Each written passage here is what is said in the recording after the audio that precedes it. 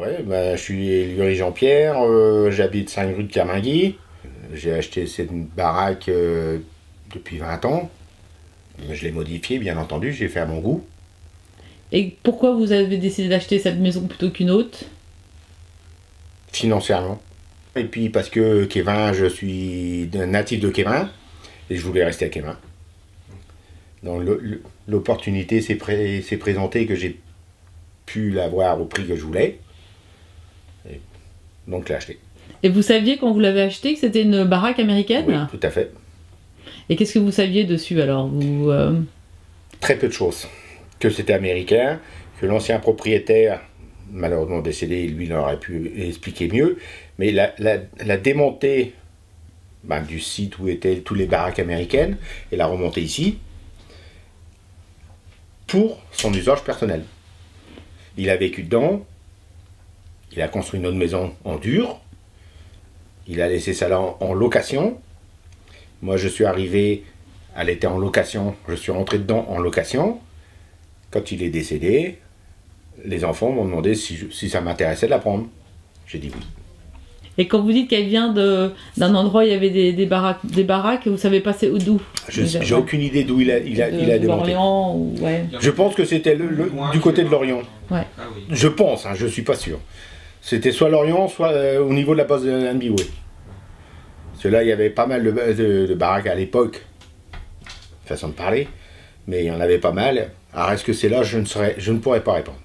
Ben, je connais parce que ma grand-mère a vécu dans ce type de baraque. Et à l'époque, je ne sais plus, c'était le mercredi. Mercredi, qu'on allait tous les jours manger des crêpes chez ma grand-mère. Et moi, j'ai toujours aimé ça. J'aurais pas eu la capacité d'acheter ça, je serais parti vivre en mobil-home. Ah oui, donc vous aimez bien cette idée d'être un peu dehors tout le temps. Indépendant. Et puis indépendant, c'est ça? Pas comme les autres. D'accord. Je cherchais quelque chose pas comme les autres. Et quand j'ai eu le choix d'avoir cette baraque, j'ai sauté dessus. Et parce que ça vous rappelait aussi un peu votre jeunesse, ma jeunesse, votre ma grand-mère. oui. Bon, j'étais gosse, oui. Oui, pas de gosse, j'étais gosse. Mais... Et elle, alors, sa baraque, c'était une crêperie, elle habitait aussi dedans? Elle habitait dedans. Alors, il y avait une pièce principale, où il y avait la table centrale. Elle faisait les crêpes à côté. Donc, tu mangeais dans la salle, qui était une pièce centrale. Elle avait à droite, c'est droite je crois, il y avait la chambre. À gauche, il y avait les sanitaires. Tu descendais l'étage, tu avais toutes ces réserves, enfin tout. Ouais, c'est des vieux souvenirs. Et c'était où alors cette... À Soie. À Soie, donc à Pleumeur. À Pleumeur. D'accord, dans la cité de Soie. Dans la cité de Soie. Moi j'ai joué dans la cité de Soie. Par rapport à la crêperie, à 50 mètres, il y avait une petite alimentation qui faisait l'ongle. On allait chercher des bonbons là. Alors à Soie, je vois où était la crêperie. Il y avait plusieurs. Un peu plus loin, près du château, il y avait une dans le coin. Il y en avait une autre un peu plus quand on descendait à droite. Et il y avait la COP un peu avant. Ah, c'était la COP. Ah bah c'était la COP. C'était la COP. Bon voilà. Oui. Ça me revient la COP. Et la COP, elle était un emplacement maintenant en face de l'entrée des jardins. Le jardin est toujours là, le château aussi. Enfin, j'y suis passé il y a 2-3 ans dans Soie. Moi, j'ai rien reconnu. Hein. Oui, bah oui. Mais bon. Donc vos deux grands-mères ont dû se... Ah bah se connaissaient sûrement, ouais. Ouais, parce que la grand-mère de Michael... Ils habitaient là aussi. Ouais, de l'autre côté du château. Il y a une Canadienne un peu toute seule au milieu, là, ils étaient là, il y avait le téléphone. Et ils ont été de 47 à 57. Téléphone. C'était le Borgne, ils avaient le téléphone parce que mon grand-père était pompier volontaire. Il s'était mis pompier volontaire pour avoir une baraque parce qu'ils n'arrivaient pas à revenir. Il était au bureau de dessin à l'Arsenal pour la reconstruction. Ils étaient logés à Lochrist et il fallait sûrement venir à vélo, prendre le bus ou le train, je sais pas trop. Ça devenait long et loin et ils étaient logés chez une dame qui leur louait une pièce. Et où le mari avait été déporté, ou je sais pas. Puis quand il est revenu, elle a voulu récupérer toute sa maison parce qu'elle voulait, être tranquille avec son mari et faire des enfants, quoi. Moi, j'ai pas de souvenir, je suis né en 84. Ah non, moi j'étais en 65, 66 là-bas. Ouais. En 66, j'avais encore des crêpes avec la grand-mère. Mhm. Si, nous... oh, il y a des vrais souvenirs, mais j'en ai. Je reviens sur l'idée du mobil-home parce que vous préférez vivre différemment. Ouais. Donc ici, vous avez cette... J'ai trouvé l'impression d'être différent.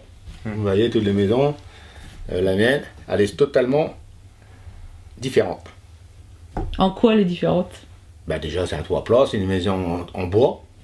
Bon, il faudrait pas y aller le feu, hein, parce que ça partirait vite. Ouais. Mais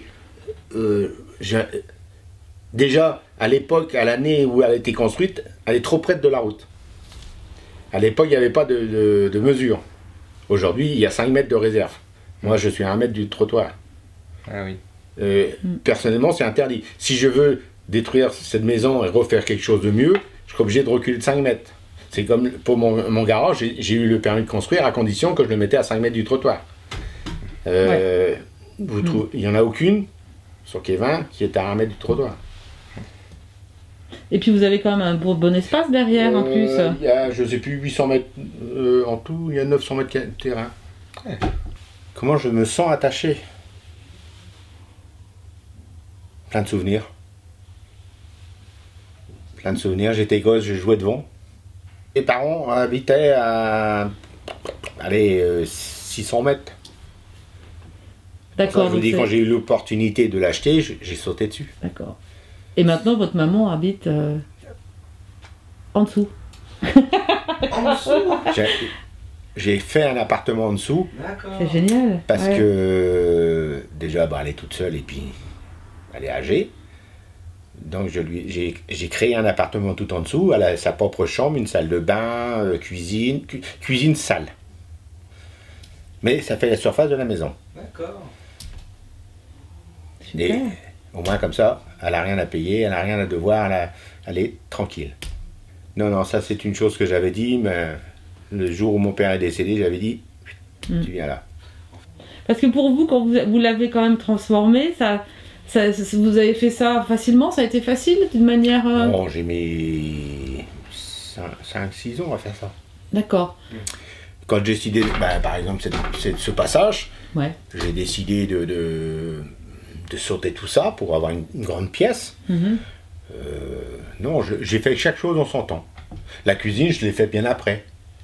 J'ai cassé cette chambre pour faire une grande cuisine. Oh, c'est petit à petit, hein. C'est pas... Je la vendrai pas. Et je pense même y rester dedans jusqu'à la fin. Je vais pas dire le mot, mais au bout. Mes enfants, ils feront s'ils voudront.